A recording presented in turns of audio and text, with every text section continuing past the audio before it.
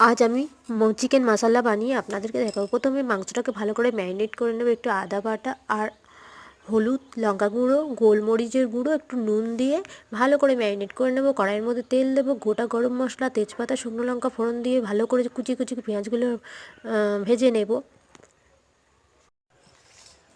আজ আমি বানিয়ে দেখাবো আপনাদের চিকেন মশলা রেসিপি।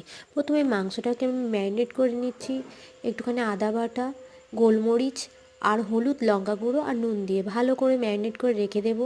তারপর কড়াইয়ের মধ্যে আমি তেল নেবো, গোটা গরম মশলা, 5 ফোড়ন, একটা শুকনো লঙ্কা। পেঁয়াজগুলো ভাজা হয়ে গেছে, এবারে আমি একটু আদা বাটা, একটু রসুন বাটা এগুলো দিয়ে ভালো করে নেড়ে নেবো। কুচনো কাঁচা লঙ্কা দিয়ে ভালো করে কষিয়ে নেব। কালারের জন্য একটু হলুদ দেবো, একটু লঙ্কা গুঁড়ো আর একটু জিরে গুঁড়ো দিয়ে ভালো করে কষিয়ে নেব। দিকে টমেটো পেস্ট তৈরি